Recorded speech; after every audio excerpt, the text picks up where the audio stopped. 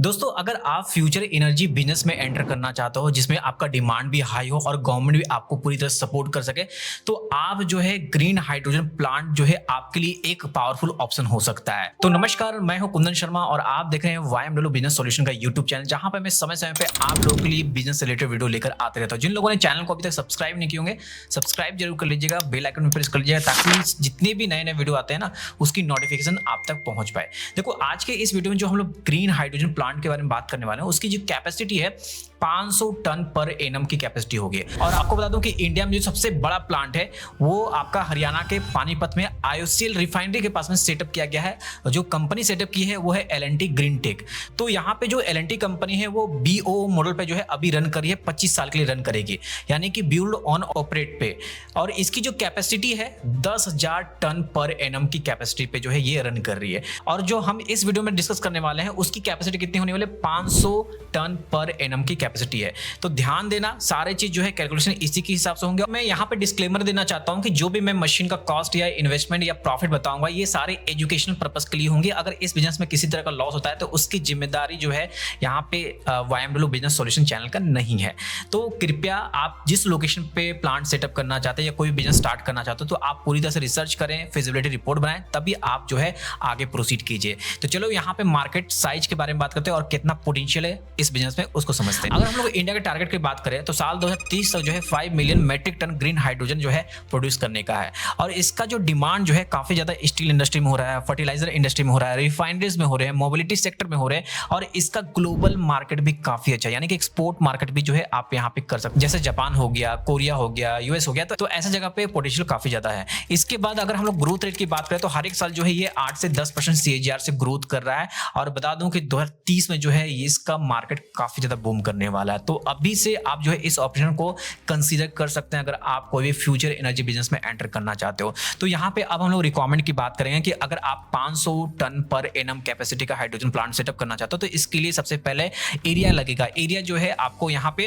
आप 1 एकड़ के आसपास एरिया अपने पास में रख सकते हो। इसके बाद जो है आपको पावर लगेगा, यानी कि इलेक्ट्रिसिटी लगने वाला है। इलेक्ट्रिसिटी जो है यहाँ पे आप सोलर या विंड पावर जो है आप यूज कर सकते हो, जो कि आपको 1.2 मेगावाट का आपको लगने वाला है। इसके बाद जो है आपको वाटर की रिक्वायरमेंट होगी। यहाँ पे जो डेली वाटर आपका रिक्वायरमेंट होगा वो 10,000 से लेकर 12,000 लीटर पर डे होने वाला है।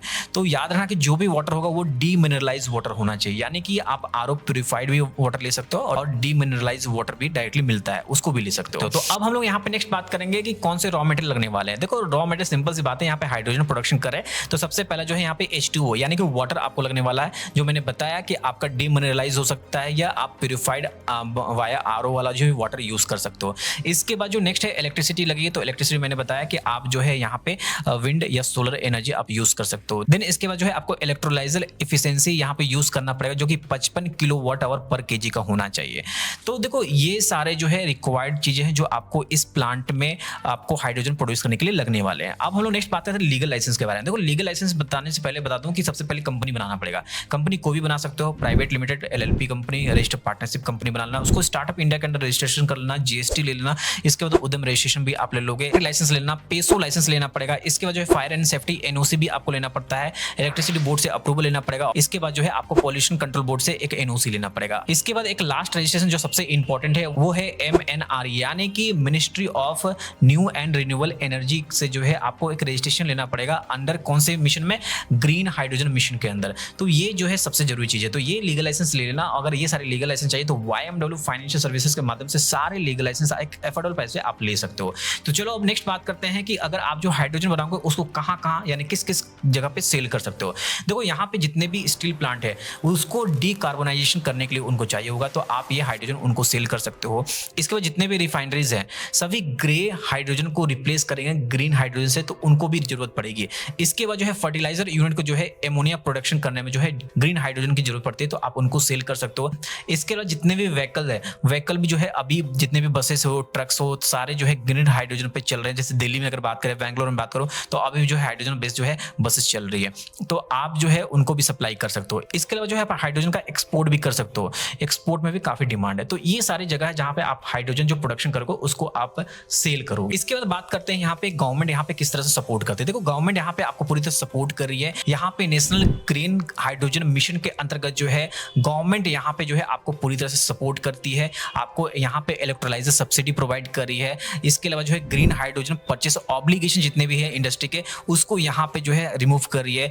इसके बाद जो है हाइड्रोजन हब जो है यहाँ पे बना के आपको प्रोवाइड कर, जहाँ पे आपको दिक्कत नहीं होगा हाइड्रोजन सेल करने के लिए, एक्सपोर्ट करने के लिए।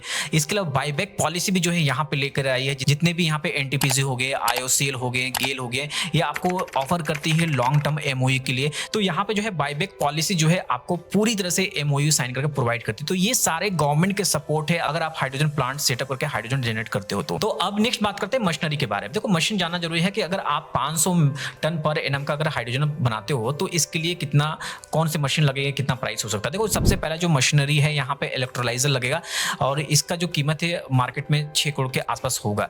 कंप्रेसर एंड ड्रायर लगेगा तो उसके लिए 1.2 CR तक का एक लमसम कॉस्ट जा सकता है। स्टोरेज टैंक जो है 1.5 CR का जाने वाला है। वाटर प्यूरिफिकेशन यूनिट लगेगा जिसका जो कॉस्ट है आपका अप्रॉक्सीमेट जो है 80 लाख के आसपास जाने वाला है। सोलर पावर जो है 1.5 मेगावाट का जो है आपको लमसम 6 करोड़ का आसपास जाने वाला है। सिविल एंड इलेक्ट्रिकल वर्क जो है 1 CR का करवाना पड़ेगा। यानी टोटल जो मशीनरी कॉस्ट है यहाँ पे आपका 16.5 CR का आने वाला है। ठीक है, तो देखो ये जो आपका कॉस्ट है ये वेरी कर सकता है, डिपेंड करेगा लोकेशन टू लोकेशन। और पहले मैंने वीडियो में बता दिया कि सारे कैलकुलेशन जो है यहाँ पे मैं जो बताने वाला हूँ वो एजुकेशनल पर्पस के लिए बताने वाला, ये कोई भी रियलिस्टिक नहीं है। तो पहले ही मैंने डिस्क्लेमर दे दिया है, तो ध्यान से देखना, ये अपने एजुकेशन पर्पस के लिए। तो अब बात करते हैं टोटल इन्वेस्टमेंट के बारे में। टोटल इन्वेस्टमेंट कितना लगेगा, आपको टोटल मशीन के पता है कीमत कितना होने वाली है। तो प्लांट एंड मशीनरी में जो है आपका यहाँ पे 16.5 का अराउंड जा रहा था।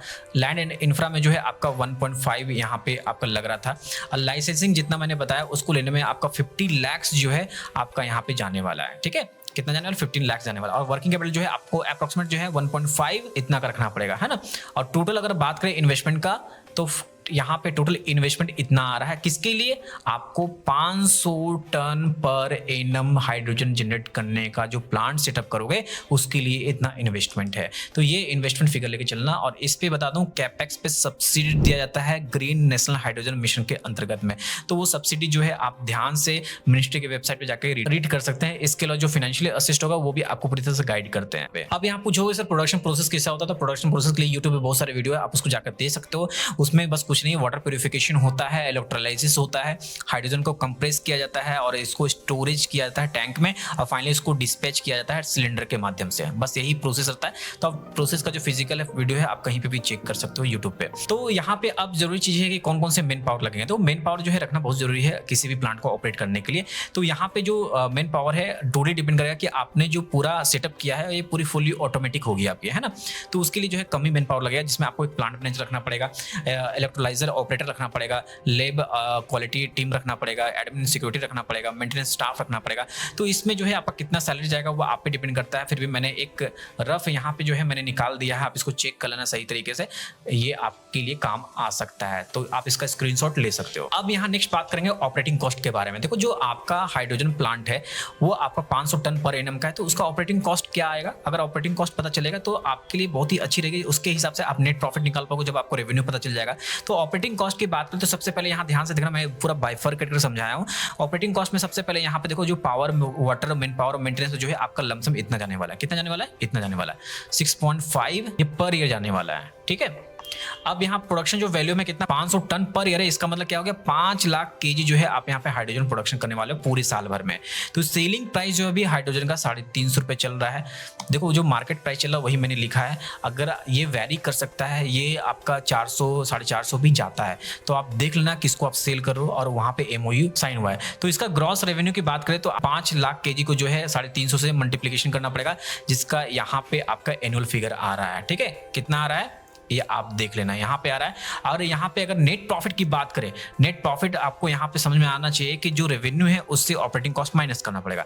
तो रेवेन्यू मुझे पता है कि ये रेवेन्यू हो गया और ये ऑपरेटिंग कॉस्ट हो गया, क्या करना पड़ेगा, ये दोनों को माइनस करना पड़ेगा। अगर माइनस करोगे यहाँ पे तो आपका यहाँ पे इतना आने वाला। अब देखो ये तो आपका हो गया, डिप्रिसिएशन नहीं लिया है, डिप्रिसिएशन आपका हर एक साल डिडक्शन होगा वो नहीं लिया है।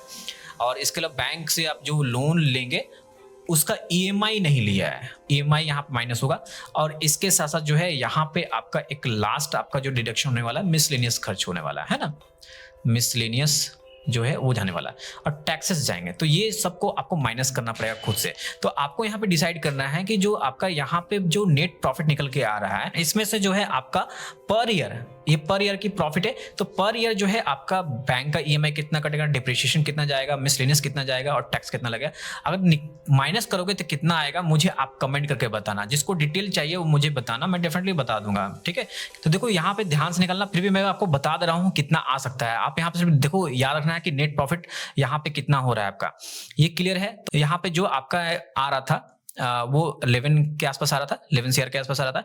इसमें से आपका डिप्रिसिएशन माइनस करना है, बैंक का ईएमआई माइनस करना है और एक्सपेंसेस यहाँ पे जो अदर हो सकता है वो करना है। फिर भी आपके जो फाइनल बचेगा ये फिगर बचने वाला है। कितना बचने वाला है जो मैं बता रहा हूँ, ये देख लो, इतना फिगर आपके पास में बचने वाला है। तो ये जो है आपका क्या होने वाला है, एनुअल होने वाला है। तो इसको मंथ में आप यहाँ पे कैलकुलेशन कर सकते हो। तो यहाँ पे नेट प्रॉफिट क्लियर है। तो अब हम लोग यहाँ पे नेक्स्ट बात करेंगे मार्केटिंग स्ट्रेटेजी के बारे में। देखो मार्केटिंग स्ट्रेटेजी आपका सही होना चाहिए, तभी जो है आप पूरे हाइड्रोजन को सेल कर पाओगे। बट गवर्नमेंट का सपोर्ट है जिसके कारण यहाँ पे ज्यादा आपको तामझाम नहीं करना पड़ेगा। सबसे पहले तो मैंने बताया कि जो एनटीपीसी हो गया, IOCL हो गया, JSW, अदानी हो गया, ये सबसे जो है आपको टाइप करना पड़ेगा। इसके अलावा जो MNRE के जो टेंडर्स निकलते हैं उसमें भी पार्टिसिपेट करो, वहां पे ग्रीन हाइड्रोजन का टेंडर्स निकलते हैं। साथ ही यहाँ पे बहुत सारी जगह पे पार्टिसिपेट करना पड़ेगा, जो कि RE एक्सपोर्ट होता है, हाइड्रोजन समिट्स होता है, ये इस जगह पे पार्टिसिपेट करोगे तो आपको वहां से अच्छे खासे ऑर्डर मिल जाएंगे। इसके बाद जो है आपको डिजिटल प्रेजेंस बनाना पड़ेगा, वाया V2B प्लेटफॉर्म बना सकते हो और यहाँ पे जो है आप अपना गूगल लिस्टिंग भी करके रख सकते हो, वेबसाइट खुद की बनाओ। ये सारी चीज करनी जरूरी है। ये इनिशियल लेवल है जो कि अगर आप इसको करते हो तो आपका जो है प्रेजेंस लोगों तक दिखता है, अवेयरनेस बढ़ता है और इसके बाद जो है आपके पास ऑटोमेटिक जो है आपके पास में कस्टमर आने लगते हैं हाइड्रोजन परचेस करने के लिए। तो देखो ये जो बिजनेस है अगर आप सेटअप करना चाहते हो तो सबसे पहले इसकी फिजिबिलिटी रिपोर्ट बनाओ अपने एरिया में और वहां पे आप देखो कि क्या यहाँ पे कॉस्टिंग आता है और आपको एक अच्छा प्रॉफिट निकल के आ रहा है कि नहीं आ रहा है। बैंक को समझाओ कि देखो अगर मैं इस प्लांट को सेटअप करता तो इतना मुझे प्रॉफिट आएगा जो कि मैं आपका EMI टाइमली आपको दे पाऊंगा।